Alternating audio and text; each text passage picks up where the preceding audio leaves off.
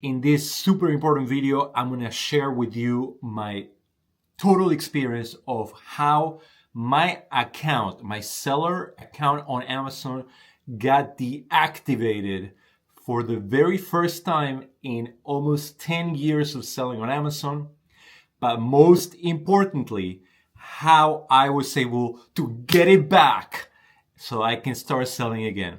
I'm going to tell you exactly what happened, why I got deactivated, what steps I took, my entire communication with Amazon and their support team, the time that it took to get it reactivated again, the worries and happiness of getting it back, because this is probably one of the worst fears that Amazon sellers have, to get their account deactivated. I'm going to share everything. So first things first, what happened? In early December, I got an email from Amazon entitled, "Your Amazon seller account." I opened it and wow, surprise. It was a Section 3. If you haven't heard of Section 3, has been happening for a couple of years now, where Amazon flags seller accounts for XYZ reason. In this particular case, they included two ASIN numbers that were in question. They wanted to know more information about my supply chain, where I got the inventory from. They wanted that. They wanted bank documents. They wanted identity verification. They wanted a bunch of documents and also a video verification call. So as you can imagine, I opened this email and I was like, what? 10 years selling on Amazon. This has never ever happened. Before we get too deep into this video, I'm going to give you a little spoiler. The trick to win one of these Section 3 deactivations is to supply invoices from legitimate suppliers. And I will share with you my full list of 1,300 legitimate suppliers that I've been buying from for 10 years. Here is a link to my entire supplier list.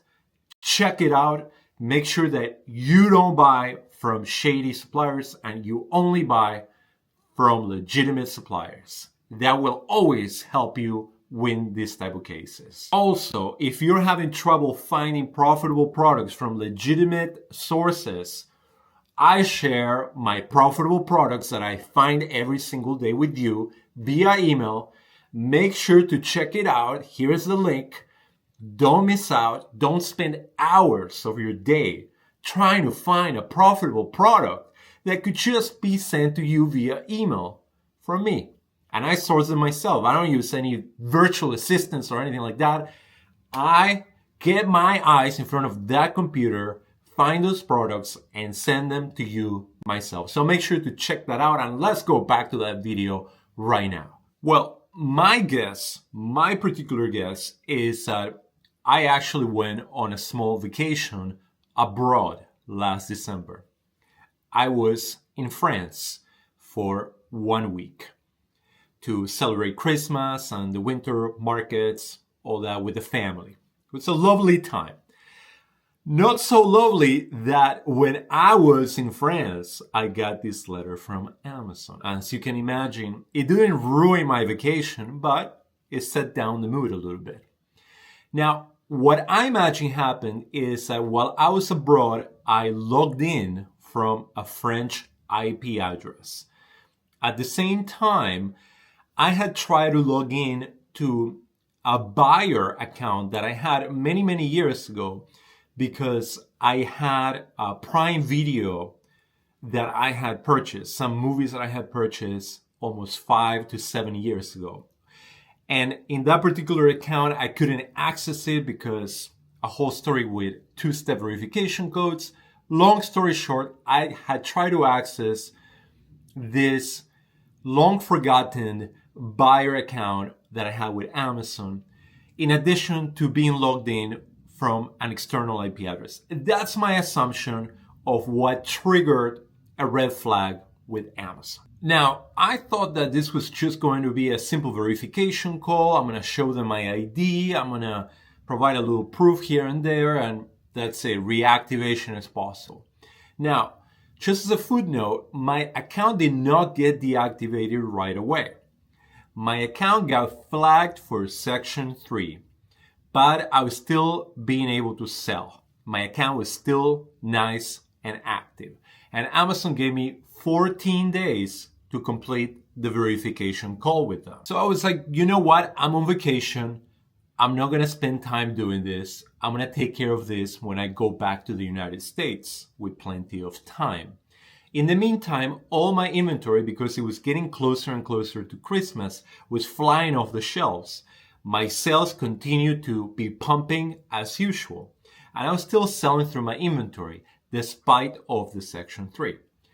Well, when I came back to the US, I had a little bit more time and I put together the evidence that Amazon requested. And I also scheduled the verification video call that they requested.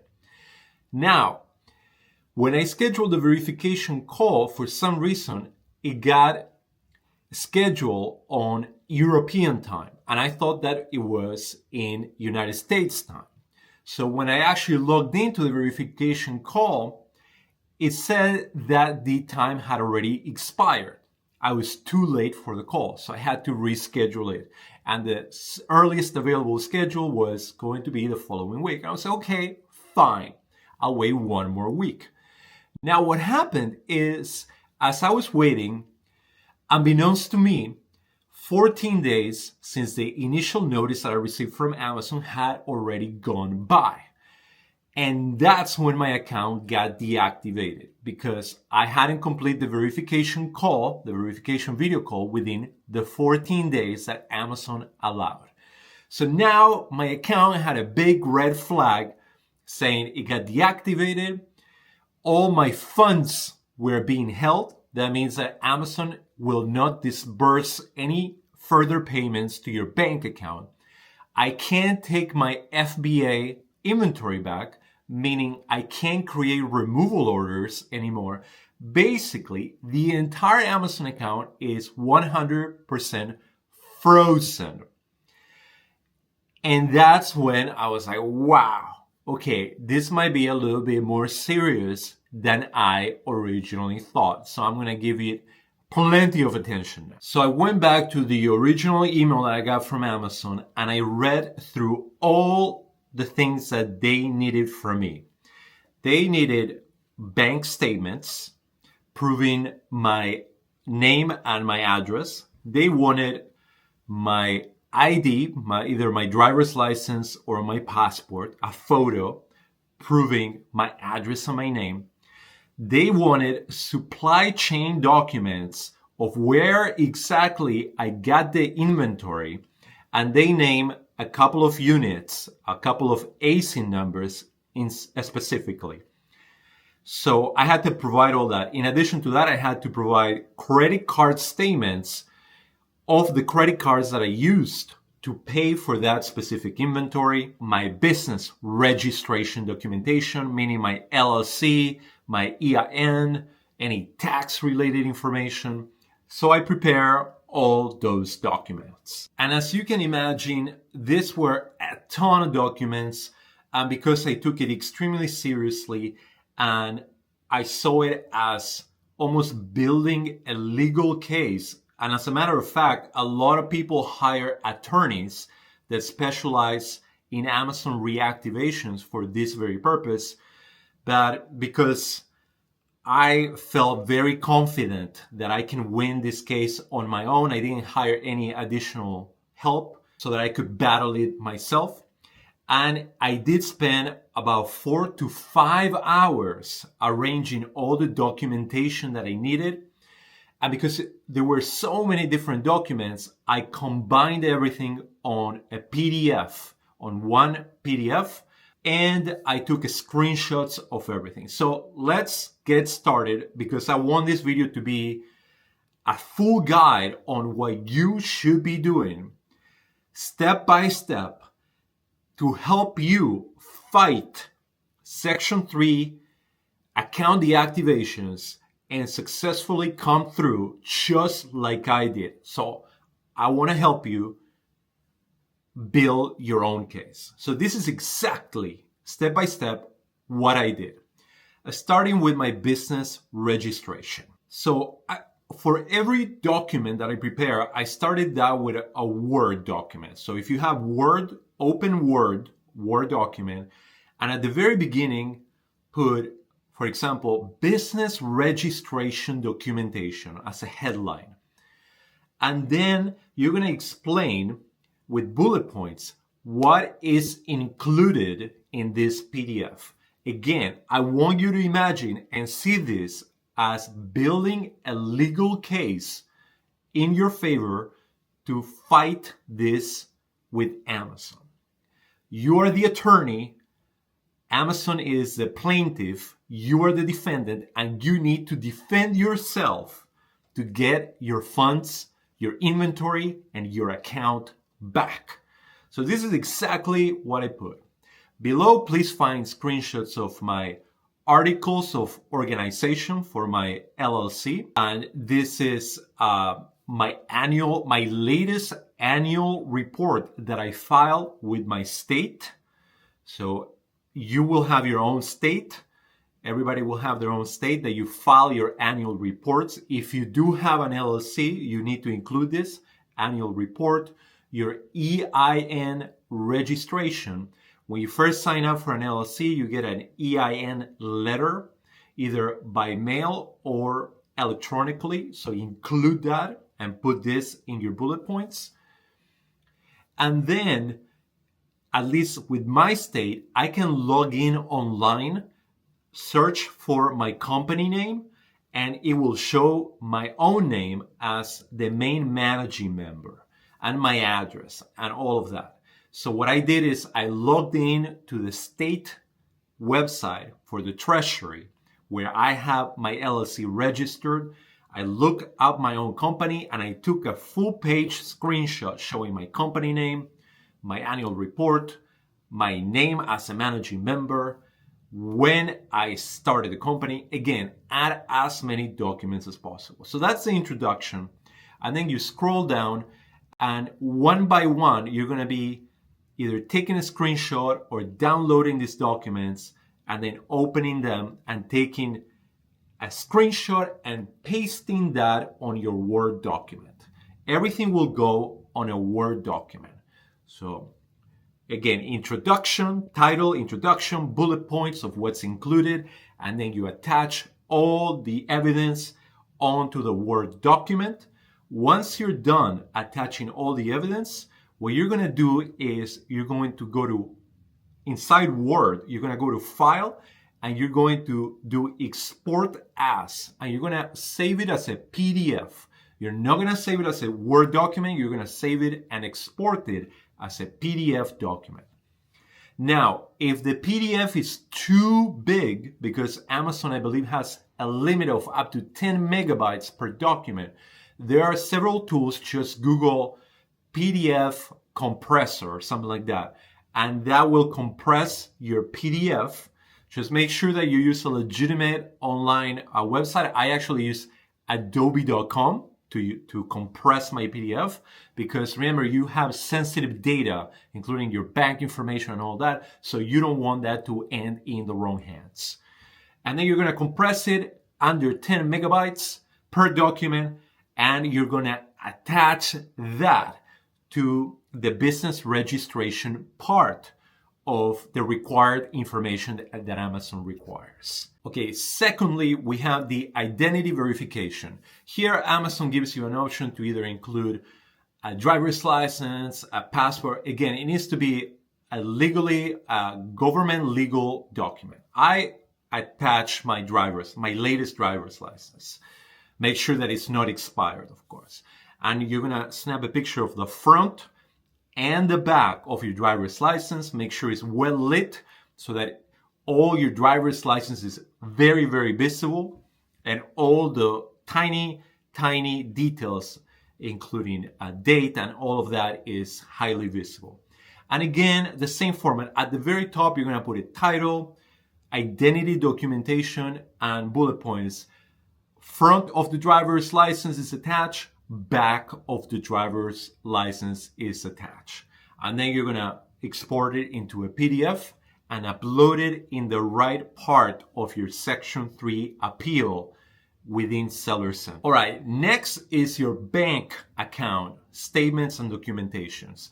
Same format. You're going to put bank statement documentation, and then in the bullet points, you're going to put, well, I put, this is my bank account for my LLC, and this are the last 4 numbers of my account, which match the same account that I have on Seller Central where I receive the disbursements from. Because that's exactly what Amazon wants to see. Amazon wants to see that the verified bank account that you have currently within Seller Central, the last 4 digits of that account match the bank statement that you are including. Again, this will help them prove the legitimacy of your account and to further verify your identity and that you are the rightful owner of that bank account information. I even put on the bullet points, please note that this is the last statement of my bank account. Pay attention to the last 4 digits in the statement. They match exactly the last 4 digits of the bank account that I have in Seller Central. Pay attention to the name and last name. They match exactly what I have in Seller Central.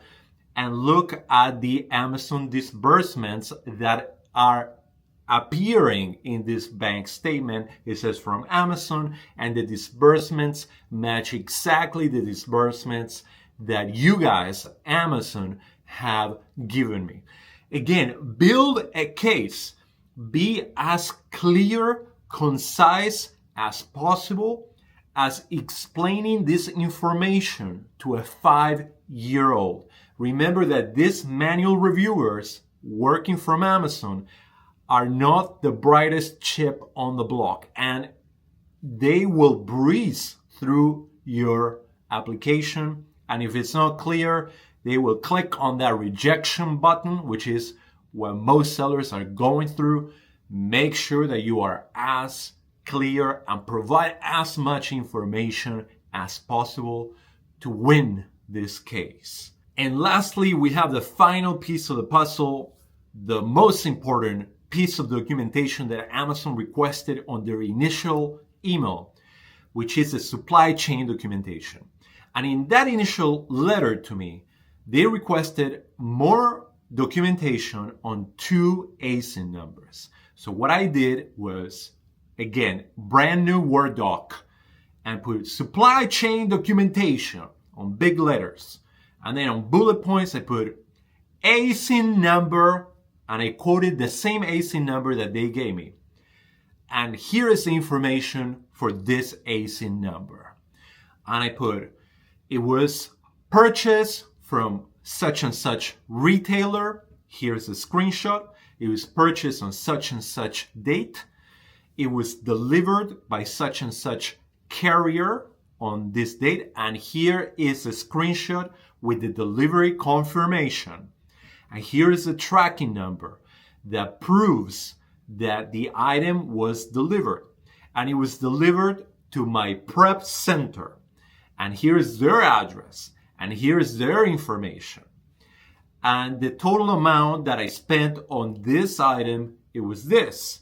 And here is the invoice or the screenshot within my purchase orders online inside the retailer.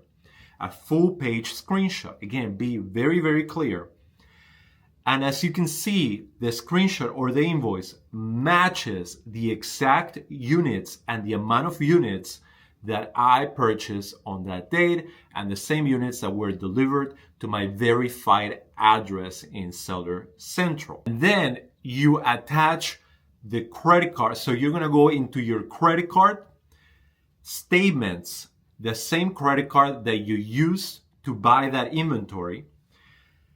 And you're going to explain, and this is the credit card number, the last 4 digits of that credit card number that was used. As you can see on the invoice, it matches the invoice exactly. Here's the invoice with the last 4 digits, and here is my credit card statement with those same last 4 digits. And in that statement, you're going to see that in that exact date, I have a charge from that retailer that I'm attaching the invoice from for those units for that exact total. So show that everything matches: credit card statement, invoice, address. And then you're going to do the same for each ASIN number. In my case, I use 2 different payment methods for both ASINs. So I had to do double the work. I had to attach another credit card statement, and I also purchased them from 2 different suppliers. So I had to attach multiple invoices, multiple credit card statements, all proving that I was the rightful purchaser of that unit or of those units. Now, here's something super important. If you're using a prep center like I am, then you have to provide Amazon. They don't ask you for this, but it's super important, because if the invoice shows that all your inventory is going not to your address, but to your prep center's address, they're going to want to see some type of agreement between you and the prep center. So if you don't already have an agreement from your prep center, contact them immediately and tell them what's happening, that your account is at risk of getting deactivated and you want to provide Amazon with an agreement between you and them. Now, prep centers, they are a little flimsy. So they're going to be like, we never done this for anybody. And that's exactly what my prep center in Delaware did with me. So what I did is I Googled a template, a prep center. It wasn't a prep center agreement, but an agreement template. And then I kind of messed around with it and I worded it differently. And I provided them, basically, I did all the work for them. And I told them, this is a template that you can use as an agreement between you guys and my company. And can we retro date it? So date it to the time that we started working together, not right now. And then sign it and put your logo, your trademark, your, everything in your letterhead, and then send it to me, the final version. And that's exactly what they did. I sent them my template. They send it to the right managers over there at the prep center, and then they send the final version that was signed to me, and then I attached that as an additional proof in my supply of chain documentation. Super important. Do that if you're using a prep center. So after I submitted all that, I was able to schedule a verification call, a video verification call. And here's the interesting part. The video verification call, I thought it was going to be like, I'm just going to show my driver's license and that's it. No. My video verification call lasted almost 30 minutes. And it was a massive interrogation, hardcore police investigation interrogation. And I was getting questions that I never thought that I would get. When was your company started? What state is your company registered in? Show me your driver's license. You have to be on camera, by the way. So you have to activate your camera on your computer. You don't see them, but they see you. And they announced at the very beginning of the conversation that this video call is going to be monitored and recorded. So you can't lie. Don't even think about lying, because this is like some serious business. So everything that you're saying to the camera and to Amazon, as well as all the documentation that you're providing with them, make sure that it's 100% kosher. You don't want to get in trouble with anybody. They also asked me about my prep center, when I started working with them, provide that agreement letter. So I actually had to show the agreement letter to the camera. That's how important that prep center letter is. They asked me if I've given anybody other than myself access to my account. And I told them, yes, I have some software like my repricer, my prep center has access to my seller account, then SellerAmp, some software that I use. And they asked me if anybody else has. I was like, no. They asked me if I ever had any other seller account. And I told them, no, I'm personally, I've never had any other seller account. Then they asked me about my bank statement, if I only have one bank account, if I only have one credit card that I use. They asked me for the latest disbursement amounts and dates. And I didn't know that, so I told them, oh, let me access Seller Central, and I accessed my payment account section within Seller Central. And I told them, oh, last disbursement was this much. It was on this date. And again, they asked me what other AC numbers I've been selling on, what categories I sell on, what brands I sell on. If I do FBA, if I do FBM, they ask me all this very specific information about my account. And then they ask me a lot of information about my supply chain, how long I've been working with these retailers, when I purchase from them, if I trust them, if they ship directly to me or to my prep center. It was a mind explosion. I never thought that this was going to be so intense. And then we ended the call, and then they told me it was going to take anywhere from 8 to 9 business days. And to my surprise, within just a couple of days, I got an email, a reactivation email from Amazon. I know that there are a lot of sellers out there that this is not the experience that they're having, and that they've been dealing with Section 3 suspensions and deactivations for years. And they have to go through several rounds of submitting evidence, and they even go through hiring attorneys and paying thousands of dollars to attorneys to try to fight back. So in that case, what do you do? And here's what I would recommend that you do. If you're having a really hard time reactivating your account, I would suggest, first of all, if you have any inventory on FBA, remove it. And Amazon will not let you remove the inventory or request your funds back until 90 days go by since your initial notice of the activation. But after 90 days, you can send an email to a dedicated disbursement Amazon email that I'm going to put right here to request a disbursement of your balance, of your pending balance.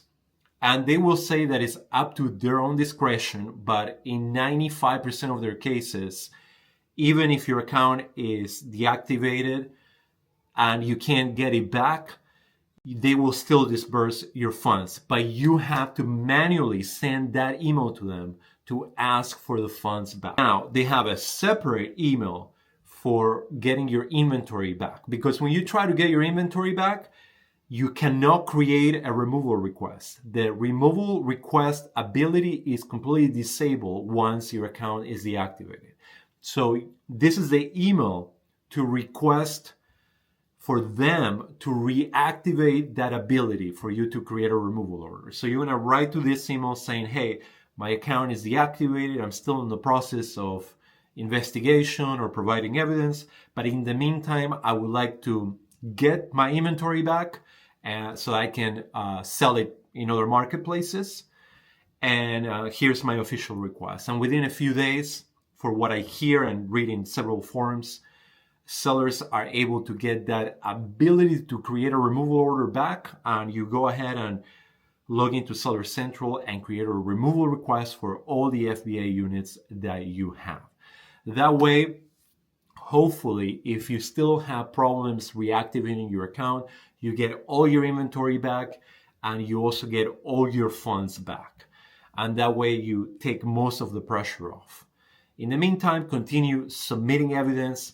I think this guide of my step-by-step on exactly what I did, even though it varies case by case with seller to seller, I think it's going to help a lot. I would recommend that you follow this guide exactly to the letter.